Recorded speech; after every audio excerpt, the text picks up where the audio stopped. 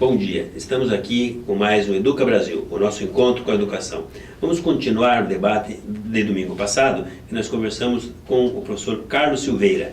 Nós falamos de EJA, falando da educação dos jovens e adultos e as mazelas da nossa educação básica, dessa discussão toda que temos aqui no Paraná. Se pode, se não pode o jovem, como é que faz com o jovem que abandonou a escola, quais são as saídas, né? Estamos aproveitando aqui os conhecimentos e a experiência do professor na educação dos jovens e adultos, na educação do Paraná, na Secretaria de Educação, como um todo. Bom dia de novo. Bom dia, Ademar. Bom, no domingo passado nós abordamos aqui, conversamos sobre todas essas questões da educação e nós terminamos falando da questão dos níveis da educação, dos níveis de regulamentação que no Brasil tem, né? Então nós temos, assim, no municipal, por exemplo, o município se preocupa basicamente com a educação infantil e até quarta série. Até a quarta série, né? Exatamente. Aí o Estado deve ter a regulamentação para a quinta e oitava ensino médio. Perfeito. Né? E a nação, né, ensino superior e tal. Mas a lei dos 9 anos, por exemplo, foi feita em Brasília, tem deliberações do Conselho Nacional, aí tem do estadual, tem do municipal. Um dos grandes problemas não é esse, professor, da bolsa de retalhos que vira a nossa legislação? Sem dúvida. E talvez esse seja exatamente um dos motivos, porque como eu te falei que eu já estou há tantos anos assim envolvido em tudo isso, que os próprios diretores de escola, os secretários, a sua equipe pedagógica, todo esse pessoal envolvido, grande parte não conhece nada de legislação escolar. Porque, sabe, é um volume tão grande. Se você entrar no site do Conselho Nacional de Educação ou do Conselho Estadual de Educação, você vai ver que o número de pareceres, de deliberações, de instruções, de resoluções e outras ONs, tantos que existem por aí, é tão grande que fica difícil realmente para as pessoas estarem atualizadas. E tudo diz a mesma coisa, né? Quase a mesma coisa, porque inclusive entre eles a gente nota que existem divergências. Quando a Guilmar Namo de Mello, naquele parecer 1598, disse o que ela disse, que a proposta pedagógica e o regimento não poderia ser um mero instrumento burocrático, parece que ninguém leu, porque aquele parecer é de 1998, senhores telespectadores, 10 anos. E hoje ainda há certas repartições do Estado exigindo coisas que não tem mais razão nenhuma de ser, se burocratiza tudo. Então se dificulta, inclusive, às vezes o trabalho de secretários, de diretores, e essa incoerência entre o que diz o Conselho Nacional, só para você ter ideia, em termos, por exemplo, de educação de jovens e adultos. Após sair essa lei está errada. Essa lei de diretrizes e bases, no artigo 37 e 38, ela está errada porque ela fala no artigo 37 em cursos e exames supletivos, fala, mas só diz realmente a regulamentação para os exames supletivos. Se, com todo respeito, esses dignos representantes do povo brasileiro, quando foram assinar isso aqui, não sabiam o que estavam assinando, esse é um grande problema que nós temos, porque aqui está assinado por Fernando Henrique de Souza e Paulo Renato Souza, que era o ministro da Educação na época. Nenhum dos dois entendia nada absolutamente de educação. Eles assinaram em cima de um grupo de trabalho que elaborou isso e que também não sabia muita coisa, porque senão eles não teriam feito toda essa bobagem que há 10 anos está havendo problema. Quando nós fomos obrigados, em 1998, que eu trabalhava, senhores telespectadores, na época, eu era supervisor do expoente. E nós tivemos que entrar já naquela época com uma representação com o Conselho Estadual de Educação do Paraná.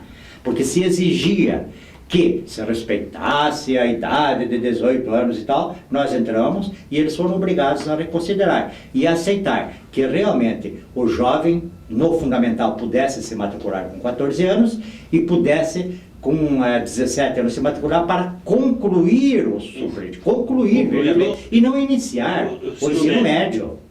Entende? Então, isso é uma deliberação de 10 anos atrás, um parecer do Conselho Estadual. E como é que eu fiz exatamente a defesa naquela época? Baseado em 2 pareceres, o 597 e o 1297 do Conselho Nacional, que dizia textualmente: as mesmas regras do exame supletivo aplicar-se-ão ao curso supletivo. Quer dizer, se vai fazer curso, vai fazer exame, né? Claro, Ademar, é lógico que um aluno que não assiste a aula, que vai lá, faz apenas uma inscrição para um exame supletivo, tenha mais direito do que um outro aluno, que leva 6 meses fazendo um período, mais 6 meses fazendo outro período, mais 6 meses, no mínimo 1 ano e meio dentro da escola, com orientação educacional, vejam bem, senhores telespectadores, com orientação educacional, com estrutura toda realmente de educação, esse não pode. Tem menos direito do que alguém que chega lá só para fazer o exame.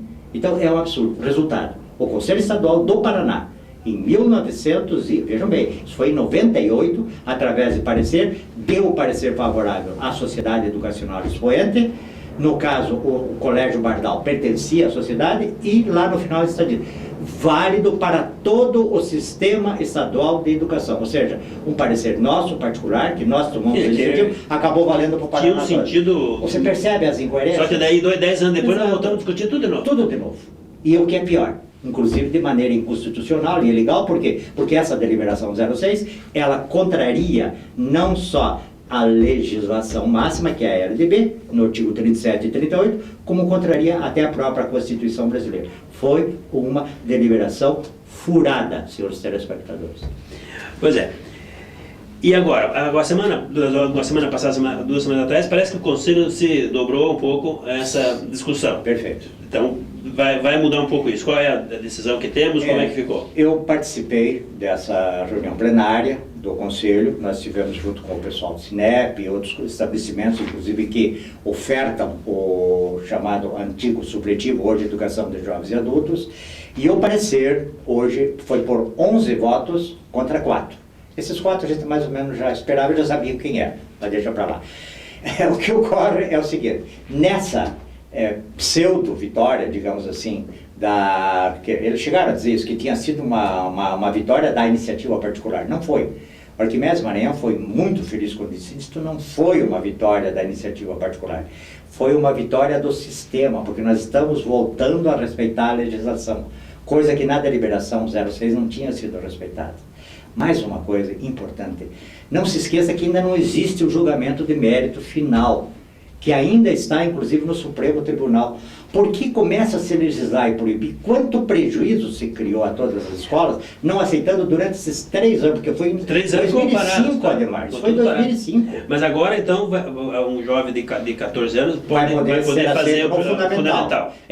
Pode cursar. Pelo que nós escutamos no dia da reunião, dessa reunião plenária, eu não sei porque eu ainda não tenho cópia do parecer final deles, mas textualmente o que foi dito durante a reunião é que isso seria, então, válido para o ensino fundamental. Não se mencionou nada em termos de ensino médio, até porque realmente aquela idade, digamos assim, que nós reivindicamos de matrícula com 17 anos, é para que se respeite a LDB, que diz que o aluno deve concluir com 18. Certo. Ora, se o aluno deve concluir com 18, ele não pode iniciar com 18, porque ele não pode começar hoje e terminar amanhã. Ele tem, no mínimo, você sabe... Para cursar o curso, claro, não é para fazer o exame. E esse curso tem uma duração mínima de um ano e meio. E tem uma proposta pedagógica, tem uma proposta pedagógica, regimento, tem toda uma assistência realmente capacitada de educadores. Você sabe a qualidade de vários e vários colégios em termos de ensino e o que você proporciona. Tá. Mas com essa deliberação, agora o Estado será obrigado... O parecer, você quer uma deliberação. Esse parecer. Vai ser um parecer. Esse parecer. O Estado estará obrigado a ofertar, então, educação de jovens e adultos ou não? O problema do Estado é que eu acho que talvez aí esteja realmente o problema maior. Eles não têm, acho que, condições de atender toda a clientela que procuraria. Não tem. Eles não têm nem estrutura, nem nada, e isso talvez seja um problema maior nessa oferta, porque o número realmente de jovens que procurariam, porque é claro, qual é o jovem que não procuraria fazer um ensino gratuito quando tem que pagar numa escola particular? Isso é mais do que óbvio, é natural, é normal, considerando principalmente o poder aquisitivo. Mas isso é obrigação do Estado. Claro que sim, claro. Constitucional. Claro, e aí é que entra exatamente a família. Senhores telespectadores, acompanhem este parecer que deve sair nos próximos dias para saber o que ele diz. Se os seus filhos tiverem realmente direito, usem esse direito que vocês têm. Certo? Usem o direito. Mas como é que pode? Mas aí se o seu Estado tem obrigação e não vai oferecer, como é que faz? Cabe até mandado de segurança. Mas de famílias, da Associação de Pais, daqueles que do Ministério Público. Prejudicados. O Ministério Público, nessa audiência pública que nós estivemos presentes, dá para perceber que ele estaria talvez mais preocupado exatamente com o jovem infrator. Certo. Porque não seria propriamente o caso do padre Patrick, porque lá nem todos os jovens são infratores. Certo. Esse trabalho que ele faz belíssimo em Campina Grande do Sul, não são todos que são infratores. Há muitos realmente que são menores, abandonados pelas famílias, e ele explicou, inclusive, que há um trabalho, às vezes, digamos assim, há um problema com um rapaz de 16, 17 anos, mas ele tem um irmão, digamos, de 14. Então ele já recolheu os dois. Ele vai dizer que é um trabalho muito bonito. Então, não apenas por esse aspecto, como pelo atendimento, realmente, digamos. Mas ele é uma entidade privada. Privada. Só que é filantrópica. Filantrópica. Ela se sustenta por... O Estado não põe dinheiro lá. Não há recurso nenhum de outros. Então, a partir desse momento, e se sair realmente esse parecer, é preciso que a comunidade tome conhecimento e use os seus direitos. Por quê? Porque para o Ministério Público, a impressão que dá é que ele está mais preocupado realmente com os jovens infratores. E houve até uma pergunta. Então, primeiro, eu tenho que deixar, senhores telespectadores, essa pergunta é importante. Olha a pergunta que o padre fez. Eu primeiro tenho que deixar o menor se criminalizar para depois ele ter o direito de estudar? Ele tem que estar recolhido num estabelecimento penal, que não chega hoje a usar o termo penal, né? É proibido falar em punição, para o menor, né? Mas enfim, nesses estabelecimentos de recuperação, primeiro ele tem que estar lá recolhido para daí ter o direito de estudar. Quer dizer, o outro jovem, o jovem trabalhador, vamos dizer... aquele jovem que está ajudando a família, esse não pode estudar? Deixa eu ver se eu entendi. Quer dizer, se eu tenho um filho que passou da idade, ele tem que... Então eu incentivo ele a matar alguém para ele poder ter direito, é isso? Talvez nem precise matar, mas ele tem que cometer algum crime. Alguma forma de crime para estar recolhido. É isso. Porque uma vez recolhido, daí ele vai... Outro absurdo foi quanto à educação à distância do jovem adulto também, que também há deliberações sobre isso. Você precisa ver quais são todas as restrições que existem para que hoje realmente possa se ter uma educação de jovens adultos, e não só de jovens adultos, a educação à distância.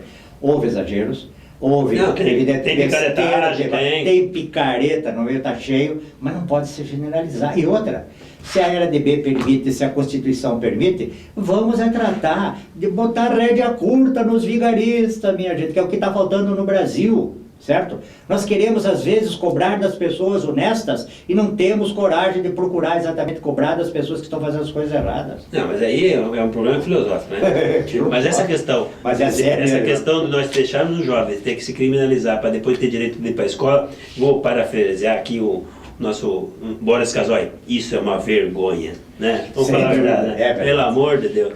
Bom, professor, mas eu quero falar um pouquinho, aproveitar a sua presença aqui, eu quero abordar, nós estamos conversando com o professor Carlos Silveira. Começamos no domingo passado já, conversando sobre a questão do EJA, educação dos jovens e adultos, mas nosso papo aqui está indo longe, estamos falando da educação, das mazelas, porque, e um número que é impressionante, saiu a pesquisa semana passada, 70% dos brasileiros estão satisfeitos com a qualidade da educação. Outros 68%, ou os mesmos 70%, né? Não vão, eles acham que o problema da educação é problema do governo. E só 1% está considerando as propostas de educação para decidir o candidato a prefeito. Você acha que a sociedade ela vai se preocupar com isso? Quer dizer, educação não dá voto. Houve há alguns dias atrás um debate na televisão e uma pessoa que faleceu agora semana passada, um jornalista, não estou recordado o nome dele, ele disse uma das coisas que mais assim me impressionou em termos do Brasil, que foi o seguinte: quando a própria sociedade aceita ser tutelada, aceita ter benesses e junto com essas benesses, digamos, essas bolsas, essas coisas todas, esse assistencialismo é sinal que essa sociedade está indo realmente por um caminho muito perigoso. Porque a dignidade da pessoa humana diz que eu devo realmente, digamos assim, ter alguma coisa fruto do meu trabalho e do meu suor. E não de um assistencialismo, de uma pretensa caridade, de um pretenso, porque não é isso que o povo quer. O povo quer trabalho, o povo quer dignidade, o povo quer realmente construir. E não apenas ser favorecido, porque desse jeito o que vai acontecer? Toda essa situação que existe, porque hoje a aprovação do governo federal é realmente impressionante, acho que dá mais de 70% já hoje da população, não é isso? 64%. Exatamente. Então você fica impressionado de que está todo mundo achando que ele é o bonzinho. Isso é regime paternalista. Isso já, regime paternalista já existia na época da escravidão. Ninguém mais paternalista do que os senhores de engenho, que no entanto levavam o povo a chicote, o escravo a chicote. Hoje é um tipo de chicote diferente, é um chicote ideológico, porque as pessoas, com todo o respeito, vão sendo compradas. E o pior não é o seguinte, não é só o povo, não. A elite também.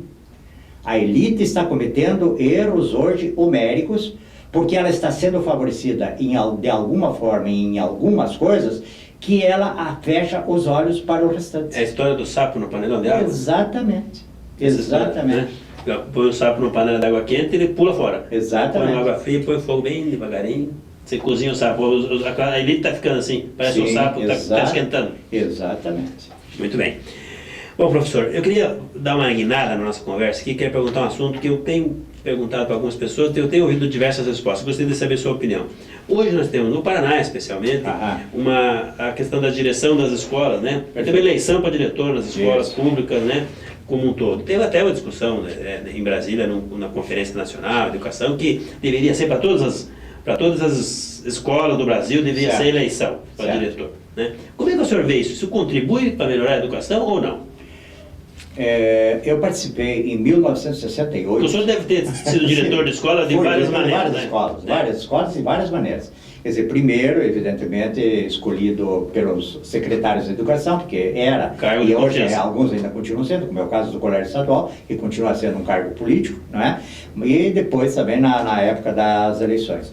Mas o que a gente percebe é que nem sempre a comunidade está realmente, digamos, bem preparada para eleger o melhor. Muitas vezes, e lamentável que isso tenha acontecido, mas está acontecendo hoje nas escolas públicas, é que aquela politicagem que existia em termos, digamos assim, da Assembleia Legislativa, indicar diretor, de secretário com a sua equipe política indicar diretor, de não sei quem lá indicar diretor, chefe político do município indicava diretor.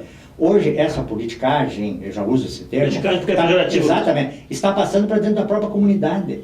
Então, nem sempre, e esse é um outro detalhe, porque se o povo brasileiro estivesse melhor preparado, ele não continuaria votando em tantos demagogos como continua votando hoje. Nós estamos às vésperas das eleições e você fica assustado de ver o tipo de propaganda que está acontecendo. Esse pessoal que é candidato realmente a cargos eletivos, sem querer mencionar esse ou aquele candidato a prefeito, ou a esse ou aquele candidato a vereador, você fica assustado. Isso tudo, infelizmente, é ignorância, Ademar. Esse pessoal não está preparado. E por que não está preparado? Porque, lamentavelmente, eu repito aquilo que já tinha dito, senhores telespectadores, na semana passada. Eu acompanho a educação brasileira há mais de 50 anos e esse problema vem realmente há 50 anos. E nós não melhoramos, né? Nós continuamos piorando, né? Ao contrário, eu acho que em termos de educação continuamos piorando, tanto que quantos outros países nos passaram à frente. Todos aqueles tipos asiáticos, todos aqueles países, certo? E quanta gente já nos passou à frente. Quer dizer, o nosso índice de escolaridade hoje, muita coisa, infelizmente, é mascarada, certo? É maquiada, porque nós temos problemas de relatórios para FMI, para várias coisas, então não se admite que o aluno seja reprovado, sabe? Como se fosse realmente uma beleza, como se esse ciclo de 4 anos que existe na escola tivesse melhorado barbaridade da escola pública. Por que, senhores telespectadores, eu pergunto, por quê? Que a escola particular até hoje não teve a coragem de adotar o ciclo básico de 4 anos?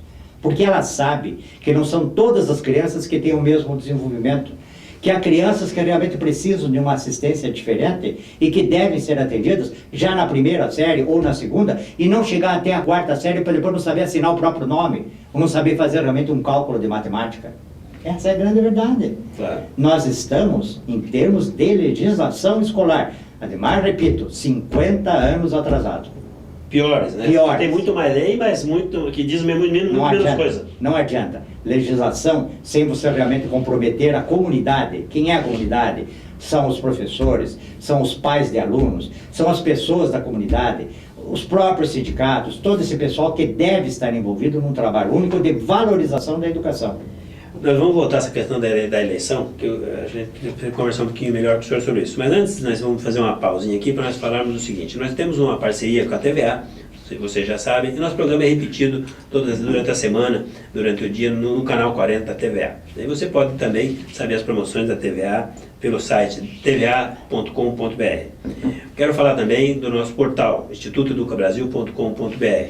Lá você pode ver os nossos programas, escutar os áudios, né, dos nossos programas. Nós temos os últimos 10, o do domingo passado com o professor Carlos, o desse domingo já estará disponível também na semana que vem. E nós temos lá também o Banco de Palestrantes Voluntários.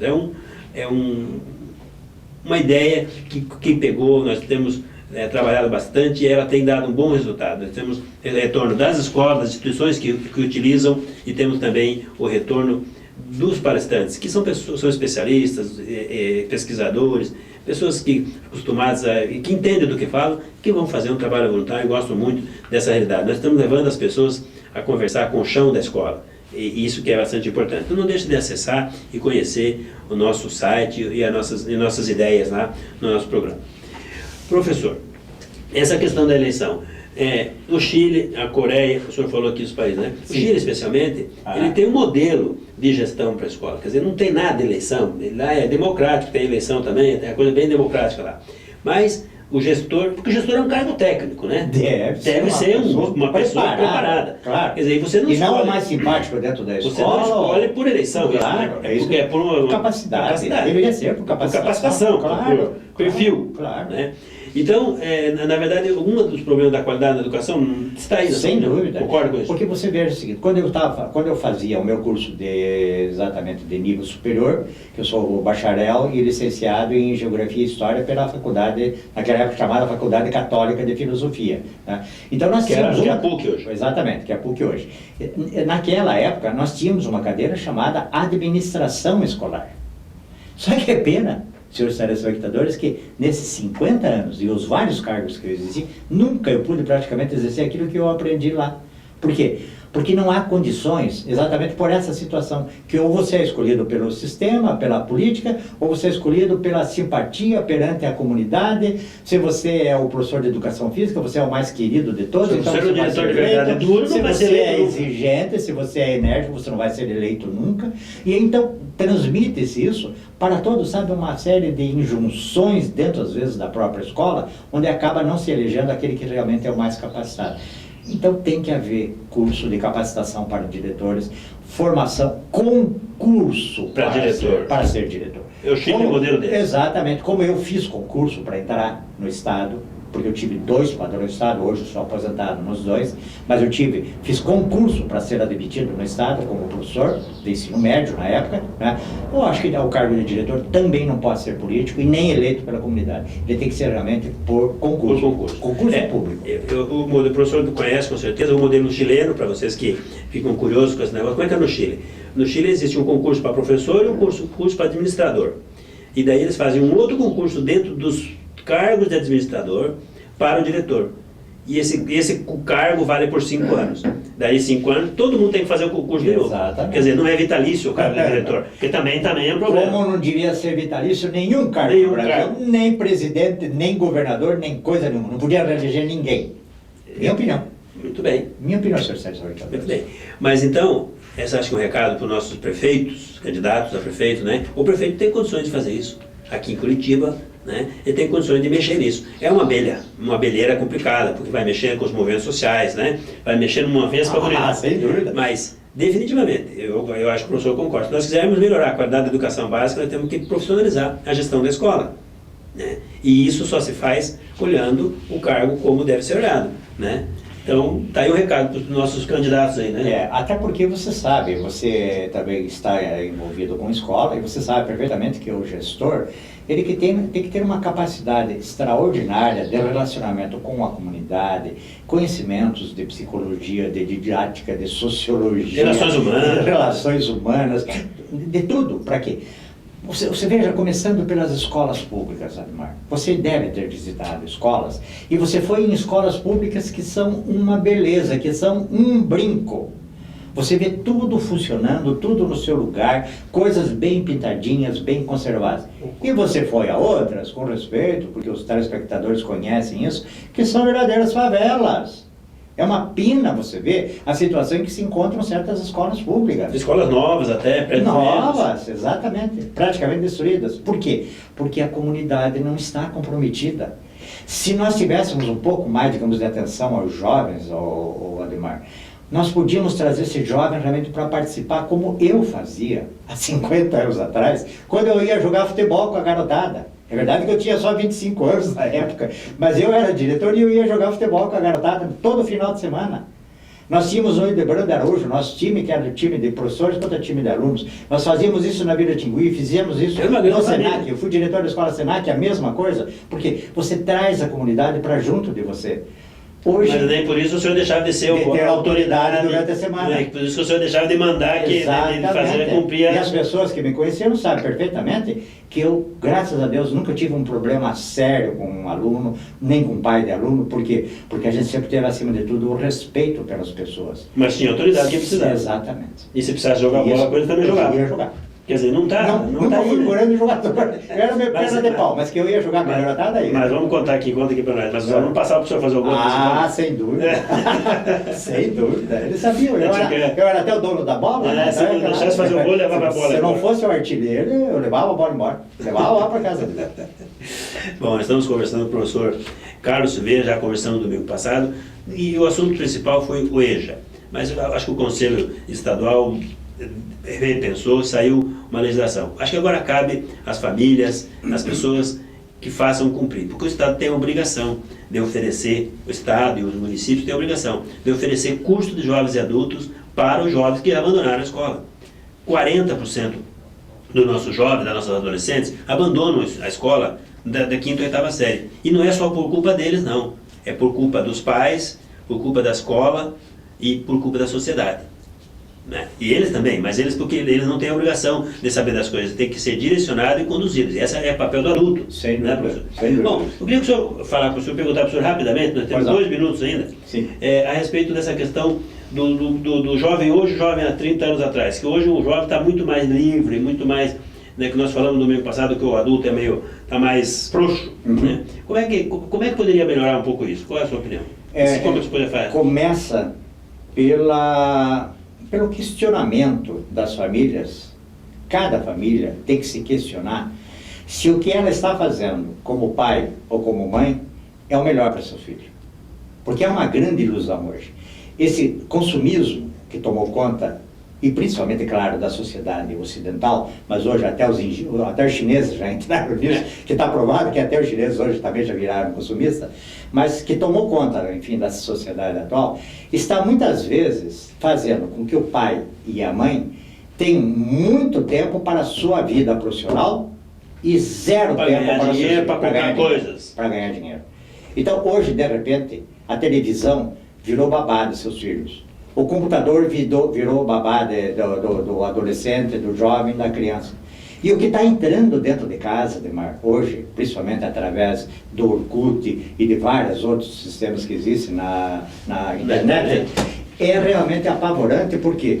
Porque nossos lares estão sendo invadidos por tudo aquilo que não tem nada a ver com o princípio de dignidade, igualdade, responsabilidade, respeito ao outro. São valores que não estão entrando dentro dos nossos lares.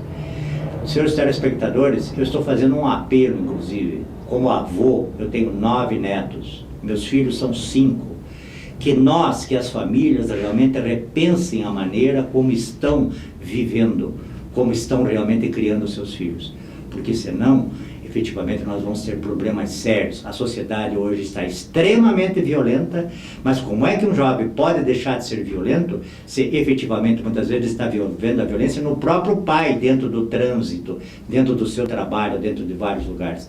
Temos que repensar os nossos valores. Professor, muito obrigado aí pela sua presença aqui, 2 domingos a fio aqui no nosso programa. Foi um prazer, Ademar. Muito obrigado, estou realmente à disposição. Muito obrigado, senhores telespectadores, pela atenção. Bom, obrigado a você pela audiência e não deixe de acessar o nosso site. Até domingo que vem com mais um Educa Brasil. Até lá. É aniversário da TVA. Faça festa com essa oferta especial. Assine TVA agora por apenas R$ 29,90. Confira as super vantagens de ser um assinante TVA. Qualidade de som e imagem mesmo nos canais abertos. Jogos exclusivos do Campeonato Brasileiro. O melhor em filmes, shows, documentários e desenhos. Tudo isso por apenas R$ 29,90. Assine TVA agora por apenas R$ 29,90 e tenha muito o que comemorar. TVA 30748383. Muito mais pra você.